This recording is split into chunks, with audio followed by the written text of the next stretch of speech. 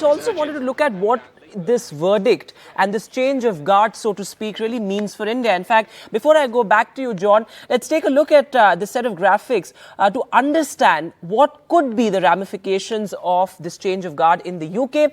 Remember, Keir Starmer has vowed better relations with India in his manifesto. In fact, during his campaign as well, we saw a clear outreach to Indians there, particularly those working in the industry. He also aims to review strategic ties with India. In fact, he said that there has to be an increased bilateral cooperation in areas of technology, security, also climate change. In fact, the Labour Party, interestingly, seeks to correct its stand on Kashmir, because remember, it was back in 2019 that the Labour Party had demanded a global intervention in Kashmir and also asked for the entry of global human activists, international human activists, to resolve the issue there.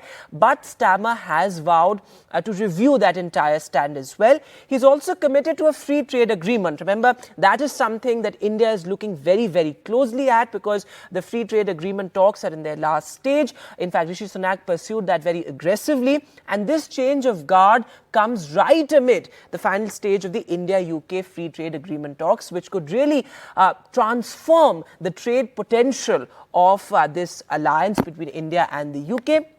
But the other contentious issue is the immigration policy. Well, the Labour Party's immigration policy could hurt Indians. There's, of course, uncertainty over temporary visas for Indians working in the UK, because there has been some sort of a consensus in reducing immigration as far as the Labour Party is concerned. So can that hurt Indians is really the big question. And let me go back to John, who continues to be with us.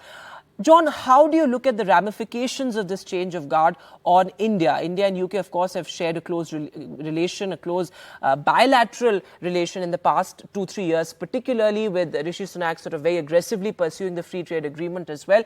How do you look at this potentially changing the bilateral relations between the two countries? Manifesto is costed, that the money will be there to make the changes. Well, I was speaking to an expert on UK-India relations from the University of Bristol just ahead of the election, and he was saying actually there is a kind of cautious optimism actually that a Labour government might mean that that free trade agreement gets across the line slightly quicker. Potentially a Labour government might have a little bit more give when it comes to the issue of migration, as you mentioned, and these temporary worker rights and things like that. Certainly that was a red line for the Conservative Party, a line in the sand, as they say.